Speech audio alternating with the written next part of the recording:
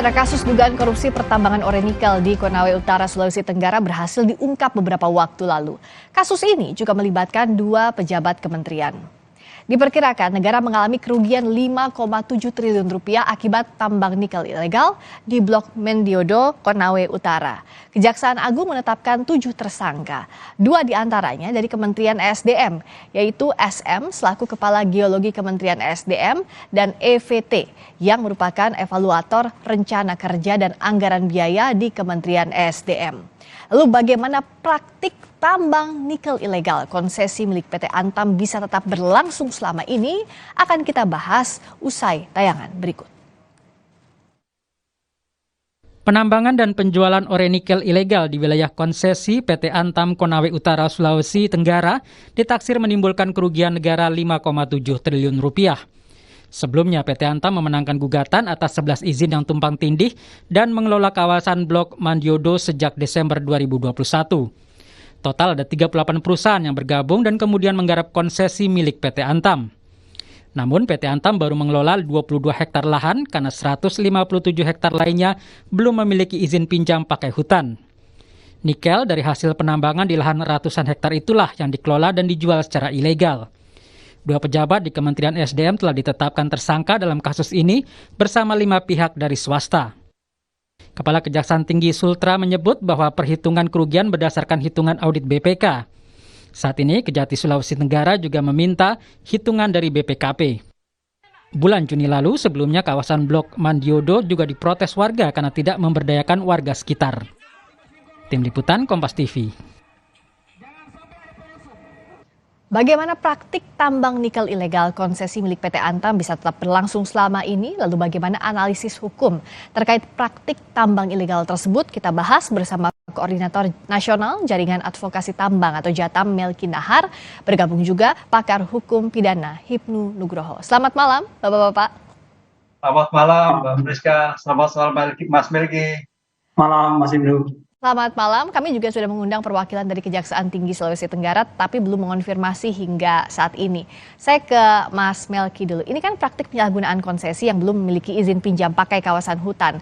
Nah, bagaimana Jatam menganalisis kasus ini sejak awal? Kalau kita lihat kan PT Antam ini memenangkan 16.900 hektar blok Mendiodo di Konawe Utara.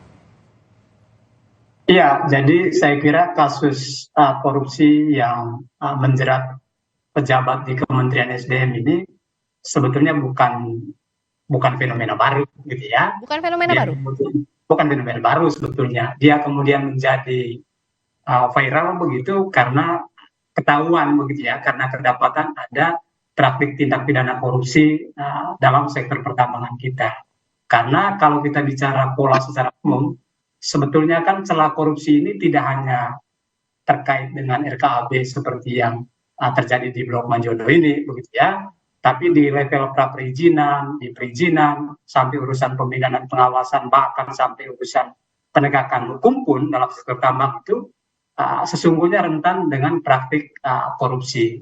Yang tadi soalkan kemudian adalah apakah aparat penegak hukum kita mau melakukan penegakan hukum secara terbuka dan tegas begitu ya, lalu kemudian kalau bisa mau mitigasi atas seluruh potensi-potensi risiko tadi dalam berbagai macam celah-celah yang selama ini digunakan oleh para perusahaan-perusahaan ini. Nah, nyambung ke pertanyaan Mbak Rizka tadi, saya kira apa yang terjadi di Blok Mendiodo ini kan bukan baru ya. Keberadaan tambang ilegal di Blok Mendiodo ini kan sudah sejak 2011 yang lalu, gitu ya. Jadi sudah muncul itu praktik penambangan ilegal di Konawe Utara, Sulawesi Tenggara. Gitu. Lalu kemudian sekitar 2014 kalau saya tidak salah ingat itu terjadi sengketa gitu ya antara PT Antam dan PT Karya Murni Sejati waktu itu. Itu persis di Blok Mendiodo ini. Gitu ya. Lalu 3 tahun belakangan 2017 itu si PT Antam ini kan dia menjalin semacam kerjasama operasional gitu ya atau KSO gitu dengan PT Labu Agung Mining itu. Jadi mereka berkongsi begitu dengan perusahaan daerah. Lalu si PT Antam ini kemudian menugasi PT Labu Agung Mining untuk menambang ore nikel di Blok Mendiodo tadi yang luasnya itu 3.000 sekian hektar gitu ya selama 3 tahun. Tapi kan kemudian muncul permasalahan begitu ketika ada semacam rekayasa gitu ya atau manipulasi terkait dengan RKAB dari perusahaan ini. Padahal tadi seperti yang dalam kasus ini jelas-jelas ilegal kan. Ya. Dan tiba-tiba ada RKAB-nya, kemudian dia bisa menjual ke pabrik-pabrik smelter entah itu di Morowali ataupun di Morosi Konawe Sulawesi Tenggara. Jadi ini yang kemudian saya kira aparat penegak hukum kita sangat kecolongan begitu ya. Nah, kalau dari sisi pidananya, Prof. Hipnu lihatnya kecolongan atau dibiarkan? Gini Mbak, memang kalau kita lihat kasus pertambangan, itu kayaknya ada potensi pembiaran. Karena apa? Sekarang ramainya itu sekarang. Karena kita lihat dari berbagai kasus kita eksaminasi kasus tambang, itu hampir yang kita ketahui itu abal-abal. Dan abal-abal itu sejak awal memang harusnya penegak hukum juga tahu, Kementerian SDM juga tahu, kan itu loh. Nah, permasalahannya yang kita lihat terbongkarnya permasalahan pertambangan, korupsi pertambangan itu karena pecah kongsi, Mbak. Ketika pecah kongsi akan buka semua. Tanya Mas Melki gini. Kalau nggak pecah kongsi aman-aman. Coba karena saling menutupi begitu ya? Iya. Lah pecah kongsi ini baru bisa telusur. Oh ternyatanya ada pembiaran. Oh tidak punya deposit nikel, ternyata mengaku punya deposit. Oh tidak punya kegiatan mengeluarkan biaya anggaran dan sebagainya. Ini suatu rekayasa semua. Belum terhadap izin-izin, Mbak. Ya. Izin itu sudah, kita kalau lihat nelongso, Mbak. Ini tanah air kita itu dijual, Bang, habis kita itu. Inilah saya kira penegak hukum saatnya bagaimana memitigasi, bagaimana mengendalikan, bagaimana menghabisi kasus-kasus pertambangan ini. Kalau enggak, hancur negara kita. Makanya betul disampaikan Pak Mahfud, kalau pertambangan kita dibuat baik demi bangsa negara, rakyat Indonesia nggak usah bekerja sudah dapat subsidi 20 juta. Itu betul. Tanya itu Pak Melki itu. Nah, inilah yang terjadi, Mbak. Nah, kalau Mas Melki lihatnya tadi izin pinjam pakai kawasan hutan, misalnya kita bicara satu dimensi dulu ya, karena bicara kasus ini kan ada beberapa dimensi. Secara aturan, prosedurnya sebenarnya seperti apa? Ya, mestinya kan perusahaan-perusahaan yang melakukan penambangan di kawasan hutan itu, dia wajib hukumnya untuk mengantongi izin pinjam pakai kawasan hutan dari Kementerian Lingkungan Hidup dan Kehutanan RI. Ya.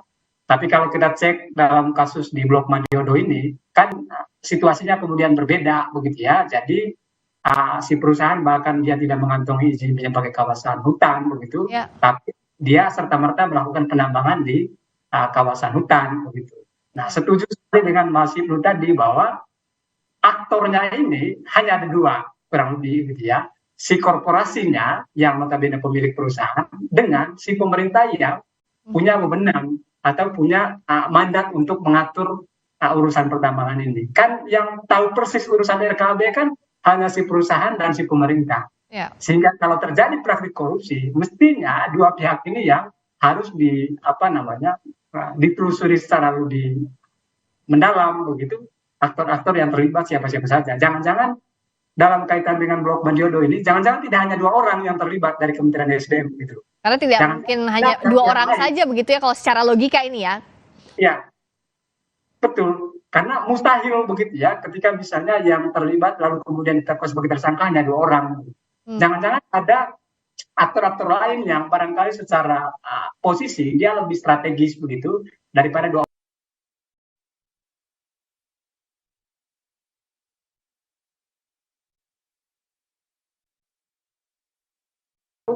Saya kira kita agak susah untuk memutus mata rantai praktik manipulasi atau rekayasa. Bahkan dalam kasus yang Blok Mandiodo ini kan, mereka menjual nikel ke smelter-smelter ini kan menggunakan dokumen-dokumen palsu kan.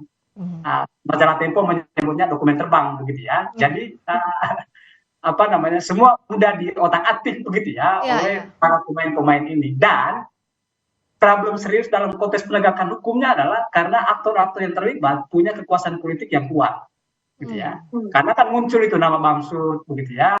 Bahkan sesekali nama Kapolri juga muncul dalam kasus Blok Mandiodo ini.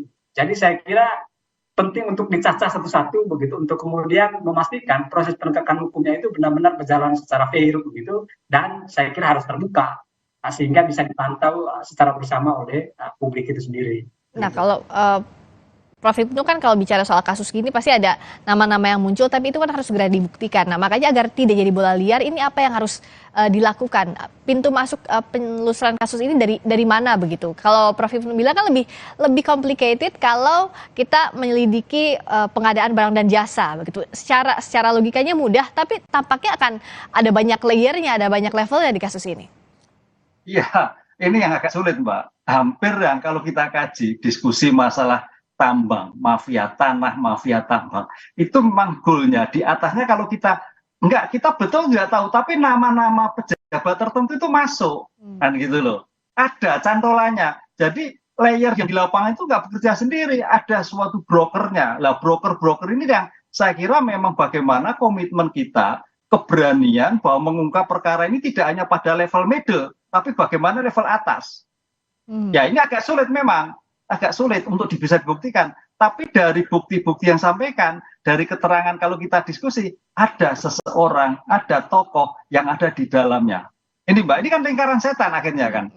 Lingkaran setan. Sehingga oleh karena itu ya, keberanian penegak hukum yang sekarang ini dituntut untuk objektivitas. Baik dari polisi, baik dari kejaksaan, baik KPK, ketika ada oknum pejabat yang terlibat di dalamnya, mau tidak mau harus bertanggung jawab.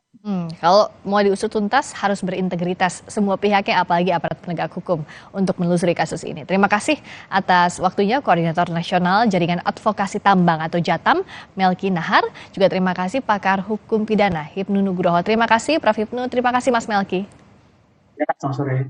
Berikutnya saudara, kami kembali dengan sorotan lainnya. Ketua DPP PDI Perjuangan Puan Maharani menyebut Ketua Umum PKB Muhaimin Iskandar salah satu kandidat serius untuk mendampingi Ganjar Pranowo di Pilpres 2024. Selengkapnya usai jeda bersama rekan saya Cindy Sistiarani hanya di Sapa Indonesia Malam.